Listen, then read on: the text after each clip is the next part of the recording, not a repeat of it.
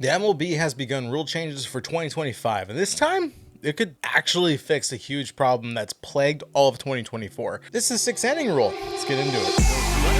Two on the way and a good slider for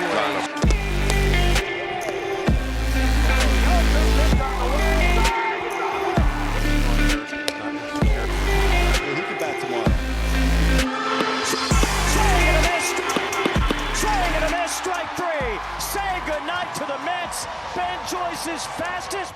Welcome back to the Touching Bases podcast. If you are new here, sit back, relax, tell me in the comments afterwards if you love the content, hate the topic, and what your opinions are. If you are here for a second time, please consider subscribing. Just hit the red button. It doesn't cost you a thing, really helps me, motivates me, and the channel has grown massively. Let's get on with it. Initially, I was against it. My thought process was, okay, let's require pitchers to throw as much as they need to for 6 innings and continue destroying elbows. That was kind of an ignorant take. And it was ignorant because of the science behind it. From history to mechanics to just the way the game is played today, it should put everything into perspective. So let me explain. Let's start with history. Per Brody Brazil, it's a great channel and I got a lot of information from him and then I researched a little bit more.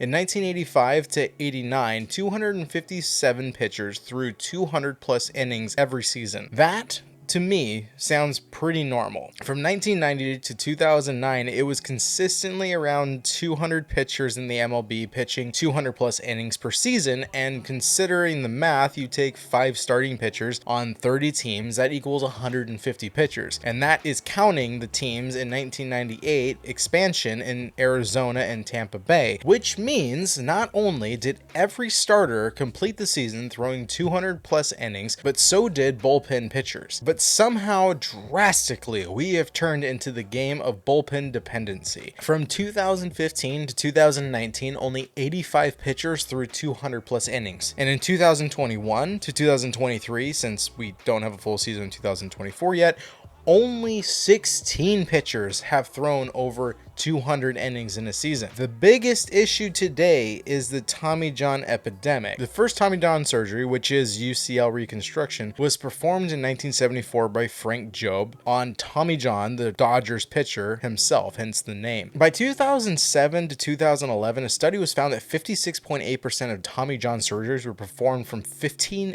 to 19-year-olds, indicating a trend of young pitchers being affected, which is grotesque. In 2019, ESPN reported that 14 MLB pitchers had undergone Tommy John surgery that year alone, with 2 more scheduled the following week after they put that report out. Magically, we went from 185 pitchers throwing 200 plus innings to only 85 the following year. In 2016, Jeff Passan wrote about the Tommy John epidemic in his book The Arm, highlighting the alarming rate of UCL tears and surgeries among young pitchers. So that's pretty much just focusing on the innings pitched, but there is still another part of this that affects the mechanics of pitching that is causing all these elbow issues. On June 21st, 2021, the MLB put out a notice to crack down on foreign substance use on the balls, with MLB putting out a statement, quote, "Enforcement on the new foreign substance rule will begin on June 21st. Under the plan, any pitcher who possesses or applies sticky substance will be ejected from the game and automatically suspended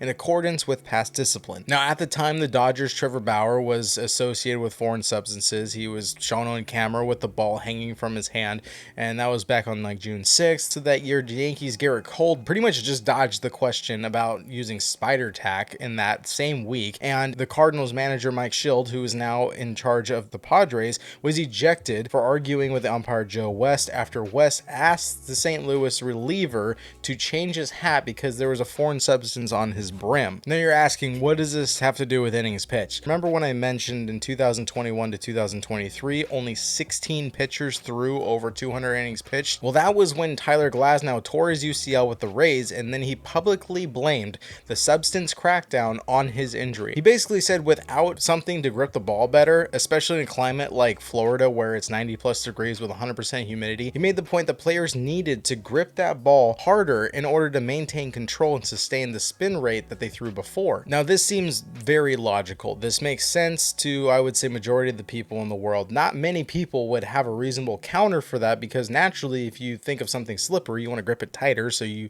don't lose it. Well, I do. The way our skin is designed, it has many waves, creases, divots, and scores like a tire or sandpaper. But when you apply rigidity, you lose your surface area contact. For example, if you take a dragster to a quarter-mile strip and send it down the track with 50 psi in the tires, you are applying pressure to the walls of that tire, making it smoother and more rigid. But if you reduce the psi, and in bodily terms, reduce the muscle pressure on the skin contacting the ball, the tires or your fingerprints then become pliable, increasing contact with the surface, increasing control and stability. This is the same concept trained for competitive shooters with a pistol. When you're pulling it, you have more control over it because your skin is gripping, versus tightening down as hard as you can and then just pulling it out and slipping. See my point? If you don't trust me, do it with a friend. But when you're throwing a ball in the major leagues, you're putting in max effort. All of your ability is being engaged in this one motion to get that ball over the plate and past the batter. Your oblique is engaged, your tricep, your bicep, your traps, your shoulder, your forearm, and it's all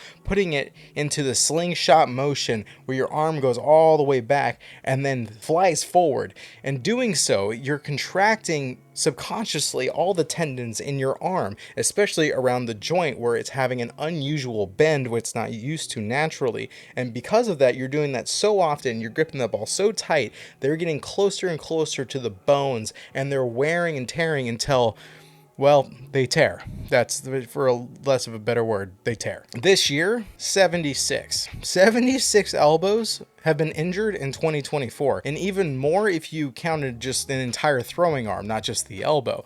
Not all of these led to Tommy John, and not all of them led to internal braces, but more than half of them did, and the rest, well, I would just say, are lucky. So how does this rule change fix the problem? Well, it doesn't, unless the teams change their tactics, but this will force their hand. Teams have dramatically changed their approach to fan favorite strikeouts, high heat, dominance in the MLB. The logic in it has been, oh, we need to decrease the innings that they're pitching. Look at Paul Skeens, probably one of the best pitchers in baseball, and it's his rookie year, and he averages 4.6 innings per game. That is literally 1.72 innings less than the average starter in 2024, which is already at the lowest it's ever been. The idea is to save their arm and keep them throwing 105 miles per hour. Players like Mason Miller, who tested out the starting pitcher role but then went back to closer real quick, and Ben Joyce, who capped out at 104.7 miles per hour in his debut save and is now the official closer for the Angels with 2 MLB saves in his entire career. Fans love the gas, the cheddar, the record-chasing laser fastball,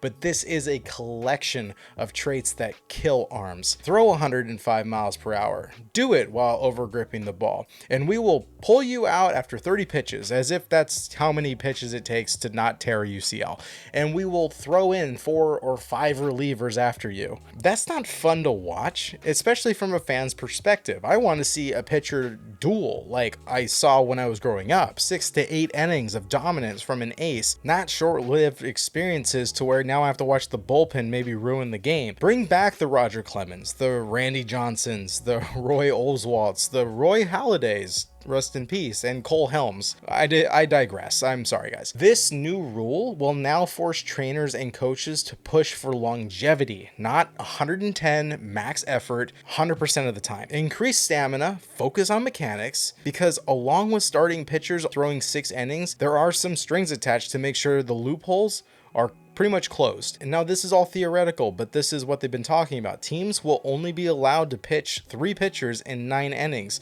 Now I have no idea about extra innings, 10 or 11, all the way to 15 innings, but I'm assuming it's going to be the same rules as it is now. They face 3 batters and then they can be removed if you want to, but to me it's have a heyday, throw whoever you want. Another one is called double hook, and I say that with quotes because most people don't know what it means, but basically if your starter leaves early, you lose your DH. Since the MLB MLB lifted the DH spot all the way over to the NL, and now everybody, all 30 teams, have a DH. This would mean that you would have to go to the bench every single time to pitch hit for your pitcher if you took your starter out early. That was really wordy. I'm sorry. Now, we saw how bad that worked out with the Mariners specifically. When Mitch Garver got injured and he was their DH, they weren't able to put somebody else in for the DH spot, which means that Luis Castillo, the pitcher, had to go into bat. Now, that ended in a 3-pitch strikeout looking with runners on, so that was pretty devastating for the Mariners and along with their entire season so far, but we won't get into that. And lastly, the teams will be limited to 6 relief pitchers on their roster. That is a big change, actually, but this would eliminate the loophole of pitch hitting your entire bench for every single relief pitcher you put in the following inning. So if you were to take him out in the 3rd inning and then you threw a pitch hitter in there every 2 or 3 innings, depending on how good your offense is, you just burn through your bench and throw a new pitcher out there. With only 6 relief pitchers, it wouldn't be very possible, or they would all be gassed and nobody could pitch the next day. Now, for some teams, specifically like my Mariners, who have an insanely good pitching staff and are very dominant on the pitching side, it would force them to probably spend more money on bats, and this could be a good thing for the fans because that means a more investment in offense, and ultimately people like to see offense. So what are the caveats or exemptions for this rule to where you don't have to give up your DH and you don't have to be punished for pulling them out early? Well, pretty standard rules, and in fact, it's because of these exemptions, it's not going to change the game very much at all. They have a 100 pitch mark. If your pitcher throws 100 pitches before the 6th inning, you can pull them and put a reliever in there. If your pitcher gives up 4 or more earned runs, you can pull them out and put a relief pitcher in there. So those 2 things are more than likely what every manager is going to do anyways at this point, so it doesn't change much. But now the big one is injuries. If the pitcher is removed from the game before 6 innings and claims that it is an injury, he actually has to go on an IL stint, which means that he will be out for at least 7, 15, or 60 days based on whatever injury he claims. So this takes away another loophole in this whole entire system. They've thought about this pretty clearly, and I'm starting to like it. I like that they're closing the loopholes and not drastically enough to cause issues. It's taking away the ability to just fake an injury so they can continue using relievers and avoid this rule altogether. But I could also see teams going for a 6 or 7 man rotation, more rest for the guys trying to sustain their velocity and ignoring the fact that the demand for this is killing their arms.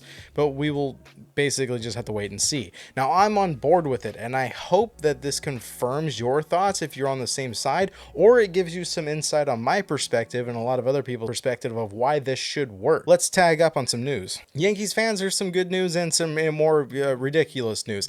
Jazz is going to be back. As my last video, I said he was injured. He did hurt his UCL, not pitching related. And it looks like Alex Verdugo might actually be a well-performed highlight outfielder to take his place. And what do I mean by that? I'll read. The doctors have told Alex Verdugo of the Yankees he is allergic to chemicals in his batting gloves, which has been the reason he's been in pain for 3 years. Yeah, Alex Verdugo, he's been in pain supposedly for 3 years, and we've known nothing about it, and it's because there's chemicals in his batting gloves that are causing it. Is that the reason why he sucks? Do the Yankees just have more chemicals in their batting gloves, and offensive ability has been, for lack of better terms, dog shit? Julio Rodriguez, as you guys know, is from the Dominican Republic, and he recently donated an ambulance to his hometown that never had an ambulance before. Yeah, never. It's something to highlight, and you guys should know. I mean, he did something for his community that is literally going to save lives, and I think for most of us, whether you live in the UK, the US, the Canada, or even Mexico, the fact that a town never had an ambulance to literally give people an opportunity to live on their worst day is pretty incredible. Now, Julio, if you can, please come back and actually start hitting the ball. Chicago has broken their official record since the wild card and divisional era. They are the basically fastest team to be eliminated from the playoffs. With lack of better terms, earliest calendar date elimination is what they're calling it. And yeah, they're so bad that they are now wiped from the playoff race altogether, and we're in August. Sorry. Last but not least, Ahmed Rosario has officially found a new team. He was DFA'd by the Dodgers last week, and it looks like the Reds have picked him up, which makes complete sense to me, but this is now officially his 3rd team in a month. Now, taking a look at the Reds offense, honestly, all of them look good except for one guy, and the specific guy would be Noelvi Marte, who has just come back, I don't know, about a month ago from his suspension for PEDs, and it shows that he's nothing without his drugs, clearly.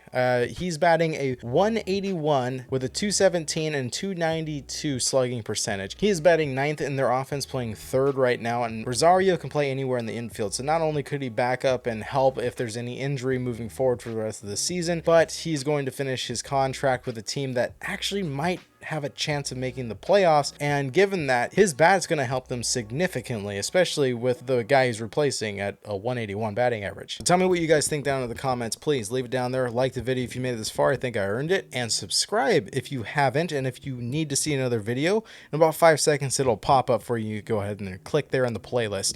I will see you all beautiful people in the next one. Later.